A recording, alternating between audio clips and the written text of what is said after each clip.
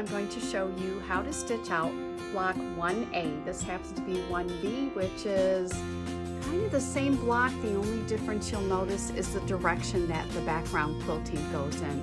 So it's very important that you do stitch out 2 of 1A and 2 of 1B. Here we go. So to begin your block, you're going to want to gather all your supplies. You're going to want to already have your battleizer. You can put that in the hoop. And then you're going to want a piece of wool, and this is optional. You can skip it if you want to, but it does add a lot more dimension to your quilt blocks. You're going to need a few pieces of fabric 1, and your instructions will show you exactly what size to cut all these fabrics. You're going to need 2 different pieces for each block of fabric 3, and you're going to need 2 different sizes of fabric 5. And you're also going to need your water-soluble thread, an embroidery bobbin, and you will need various different threads which are also listed in your instructions. If you're adding your back on the back of the hoop while you're stitching it, then you will also need a matching bobbin for each of these threads.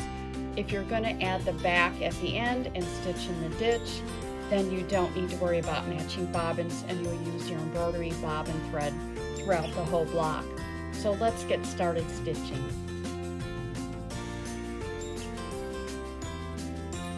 For step 1, the machine will stitch an outline stitch, and that will show you where to place your wool if you're going to be using your wool.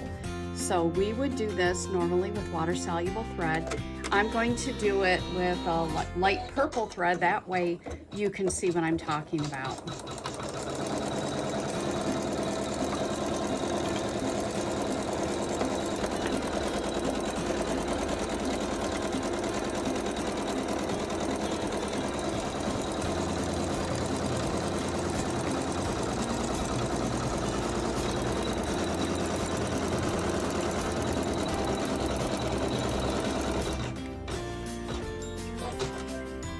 Okay, now this is the step number 2, that's optional, where you have your optional wool. And what you will do with your wool to prepare it is you will cut it the size that we tell you, and then on the edges, as you can see, we have taken an iron and we pressed about 1/4 of an inch on the sides, and that is so that your presser foot, while it's stitching, does not get caught in the wool. We also recommend that if you have a needle position, that you can adjust your presser foot to the highest position, that you would go ahead and do so, and that will avoid a lot of problems for you. So here, what we're going to do is we're going to place our prepared wool just inside that placement stitch that's sewed out, and it will do a zigzag stitch to attach it to the battleizer. And again, it's an optional step. It's just to give your quilt blocks and your quilt a little bit more dimension. And again, you would use water-soluble thread. However, I'm using light-colored purple thread so that you can see what it does. And your job is just to keep it inside the lines until it stitches. So here you can see the first 2 steps. Here we have done our outline, and then we have placed our wool batting over the top of that, and it did a zigzag stitch. And again, you'll use water-soluble thread, but I've used a colored thread so that you can see. For step 3, I'm going to stitch the pattern basically on top of your wool. And your job while it's stitching is just to push down the wool as it's stitching. And you also need to move your presser foot, as we mentioned before, into the highest position if possible, if your machine has that ability. Okay, so we are ready to sew the pattern onto the wool. And again, if you skip the wool, you would just go to step 3 and sew out this pattern right onto the battleizer. And again, I'm using purple thread just so that you can see. And so you just keep your fingers right ahead of the presser foot. Just avoid any wool getting caught in the foot. And if it does get caught in the foot, just stop the machine and cut it out of there.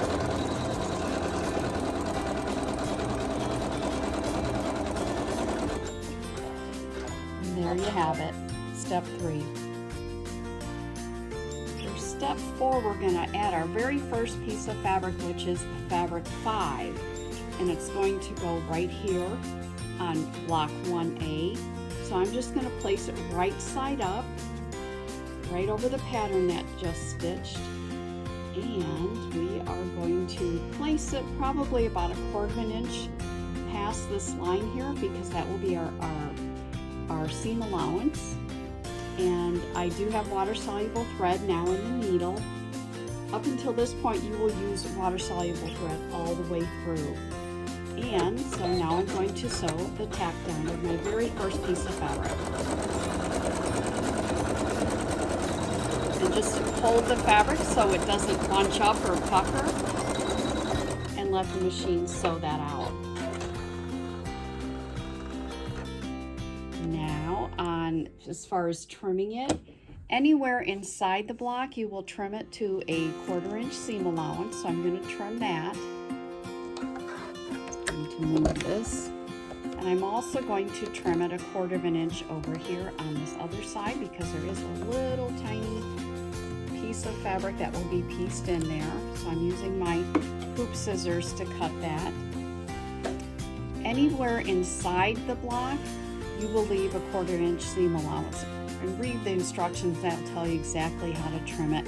And then on the outside of the block, you can just leave that excess fabric. Step 5, you're going to add another piece of fabric. You're going to need your little square of fabric 1. You will also need to change your thread to just a neutral thread, regular sewing thread. I have a thread in here that matches the fabric that we put down first.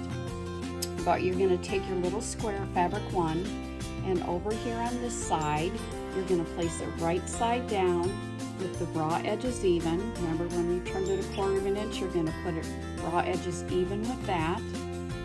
And then you're going to stitch the seam.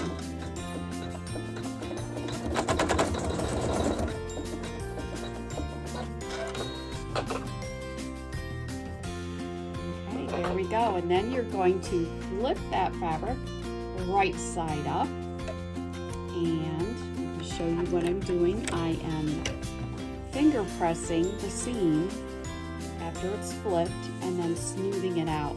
I'm going to change my thread to water soluble thread, and then we're going to sew a tack down to hold that in place.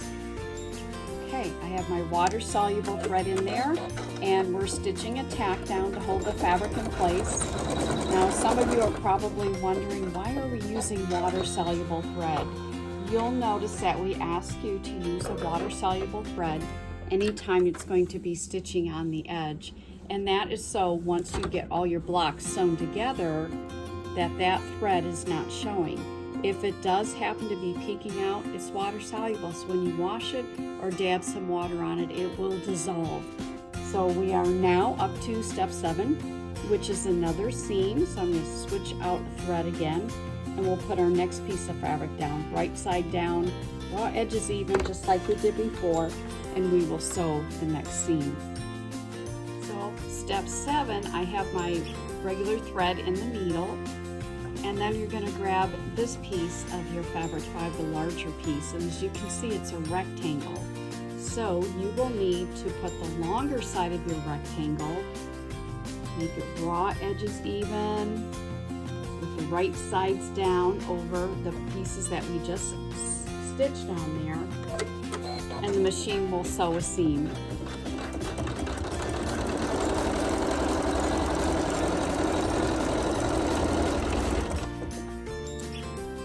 Now we are on step 8, and you're going to tape the fabric that you just sewed the seam for.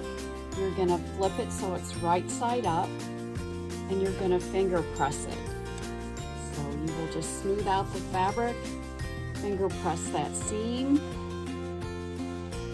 and then using the same thread, it's going to sew a tack down to hold it in place. And since it's not tacking down on the edge of the block, we're just going to use the same thread. So all we have to do is keep that fabric smoothed out and let the machine do the work.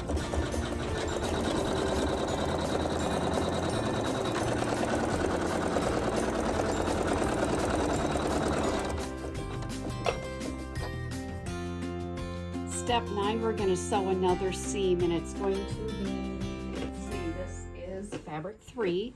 You have 2 pieces of fabric 3. You have a shorter piece and a longer piece.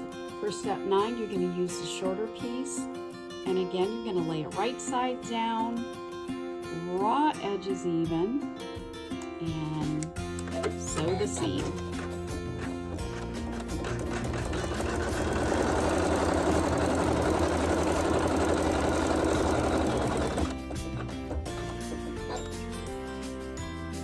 For step 10, you're going to put your water-soluble thread in the machine because it will be stitching on the edge of your block, and we don't want any of that stitching to show when you sew your blocks together. So you will flip your fabric right side up, you'll smooth it out, and give that seam a good finger press, and then let the machine sew the tack down stitching. You just need to hold, make sure the fabric is staying in place as it stitches.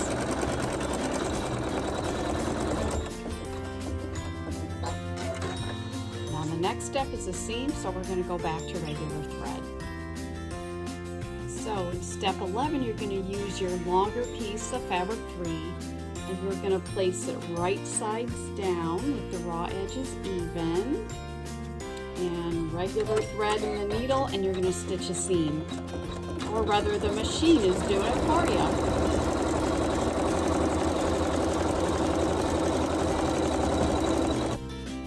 Step 12 is we are going to flip our fabric right side up, and we're going to smooth it out, and we're going to finger press the seam,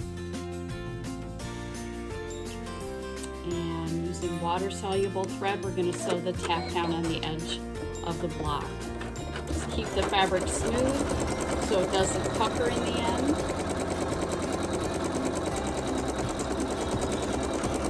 And there you have it.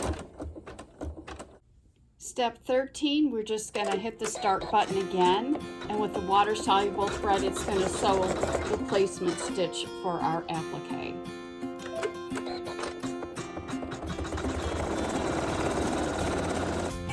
Step 14, you're going to put whatever shade or color of green thread in there that you want to. If you're getting creative and you don't want to use green thread, of course it's your quilt and your option, but I'm just going to hit the start button, and the machine will sew the base of the applique flowers.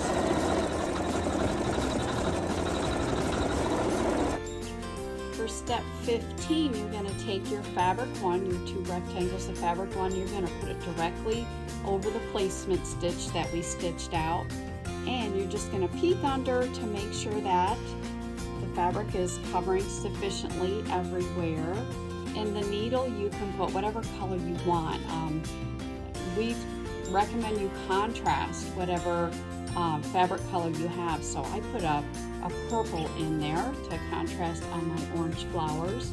So we are going to go ahead and hit the start button, and it's going to do tack down stitches for the applique. No thread tail to cut. So it is going to do like a triple run line stitch. Gives you something nice to trim that applique up against. And it also is going to add a lot of detail to the inside of the flowers. And that's why it's nice to have a contrasting thread. That way the detail will show up a little bit more.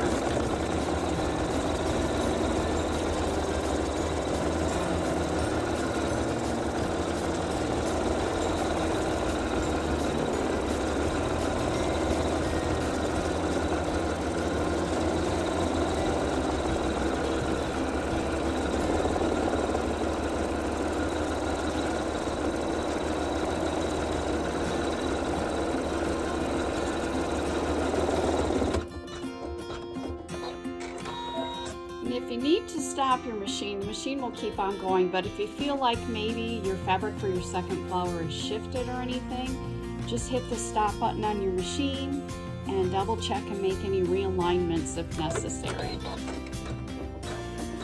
And now what we're going to do is we are going to trim that fabric real close to that stitching. And I have my little hoop scissors mini that I'm going to do that with.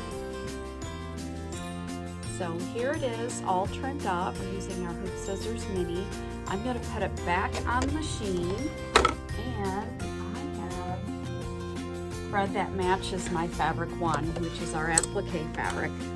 I have that in the machine, and it's going to sew a satin cover stitch.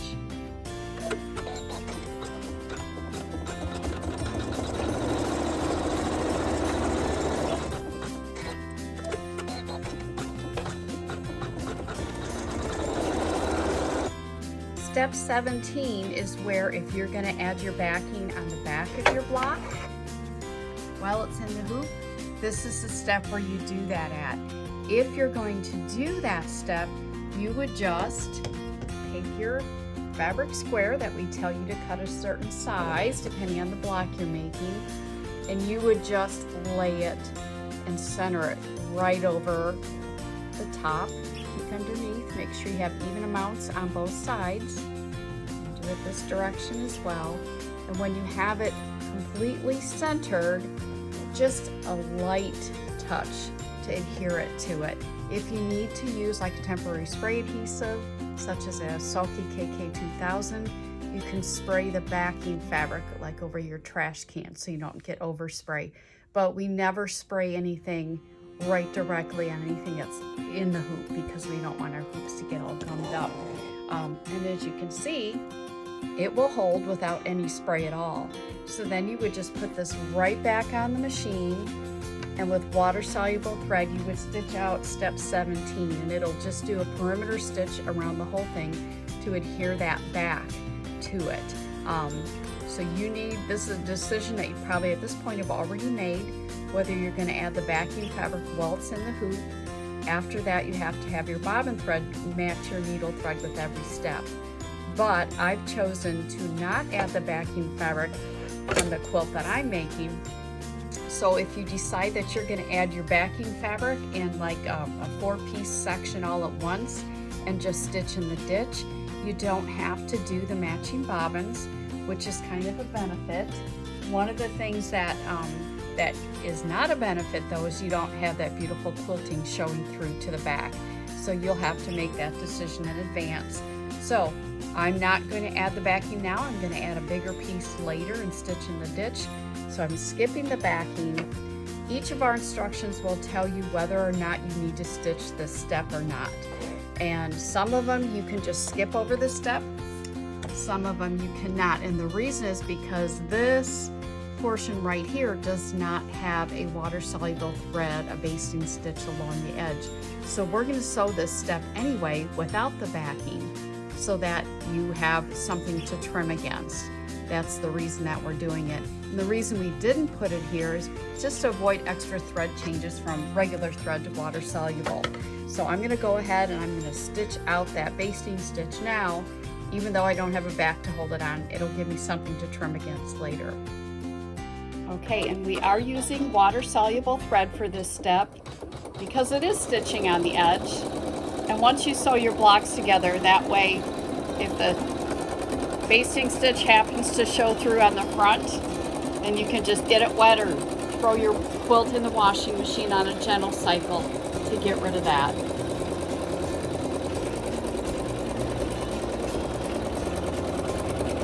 On step 18 now, and so on step 18, 19, and 20, it's all the quilting steps. So again, if you have your backing fabric on the bottom already, then you're going to match your needle thread.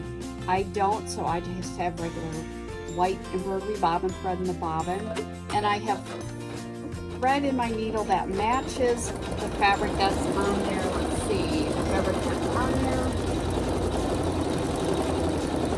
Thread that matches my fabric 5, and it's going to do some really nice quilting on there. I hope you like it. Step 19, you're going to use the same green thread that you used to stitch the base of the flowers. And on the instruction, there's a place where you can write what thread color that was for this step and the next step. But I would recommend actually writing the color of each of the threads that you used for the steps as you go through it. That way when you go to do the next set of blocks or the additional blocks that the instructions call for, you won't have to guess which one it was, especially if some of your colors are kind of close. So this step is going to sew some stem stitch, which is the vine that holds all the flowers together. And again, if you have your backing fabric on, you will want to match your bobbin thread. You will also want to do a needle down and a needle up and pull that bobbin thread to the top. And then hit the start button, and that'll avoid a lot of bird nests on the back of your quilt block, and it'll make it look a lot cleaner. Okay, the final step, step 20, it's going to do some quilting along the edge here, along my purple edge. And again, if you have your backing fabric already on there and you have your bobbin thread matched, you will need to do a needle down, needle up, and you will pull your bobbin thread to the top.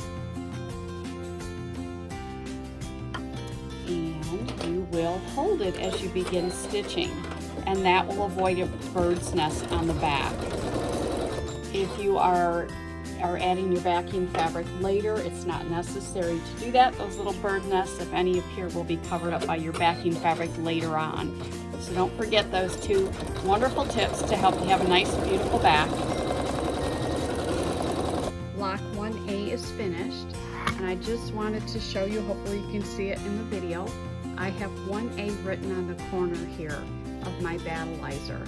And that's because I sometimes have two machines going and I need to actually remember exactly what block it is without having to go back to the instructions and figure it out.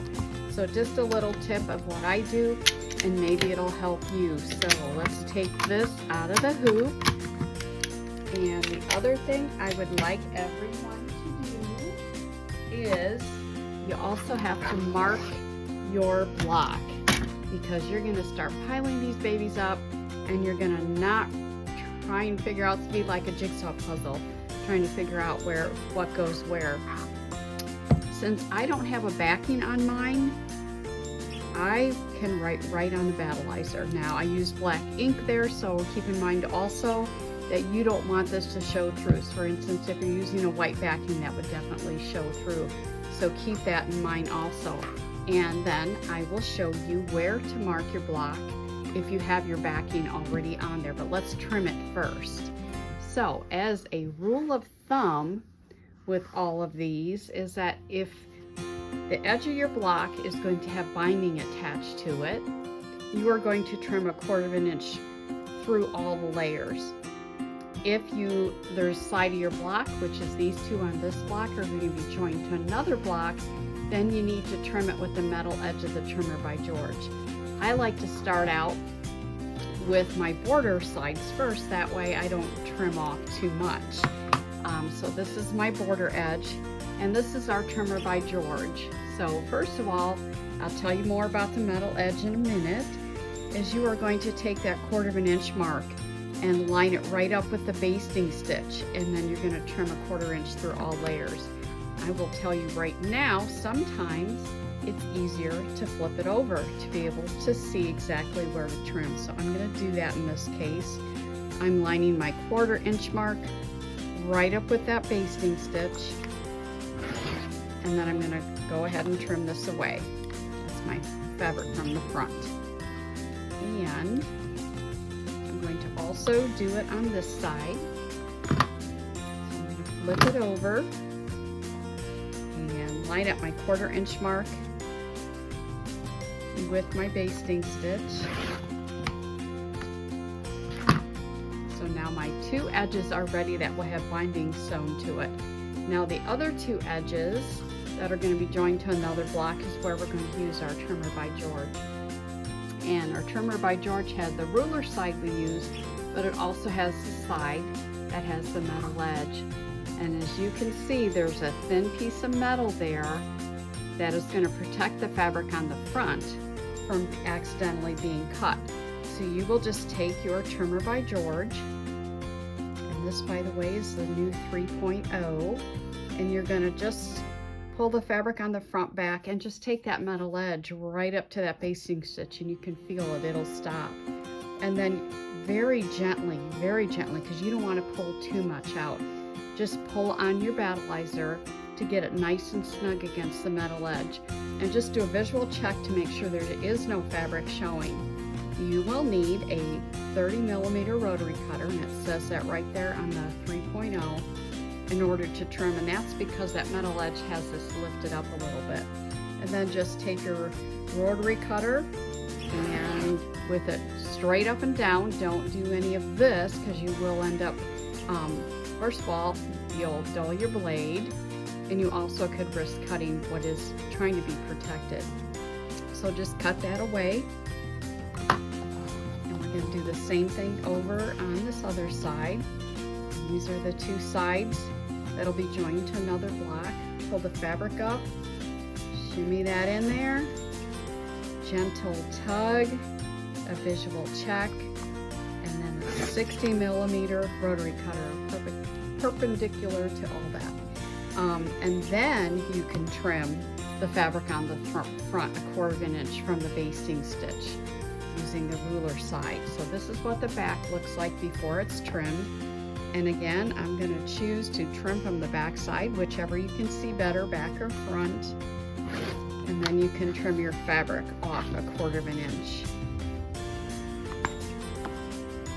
This is a great, awesome tool for any quilt as you go method where you need to maybe trim some bulk.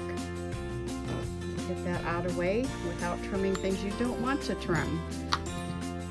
So there you go. There is our completely trimmed block on the back without our backing fabric, because we're going to add it later. And there it is on the front. And this is the binding side and the two sides that we use the metal edge on because they're going to be joined to another block. So I hope that's helpful. So here's our completed block. I wanted to show you, if you do have backing fabric on there, you can write it. I have to find it. Very subtle, I've written 1A here in the seam allowance. So in the seam allowance where you're going to be sewing this to another block, write that in the seam allowance at the top of your block so you know which way it's oriented and where it goes in the quilt. See you next time.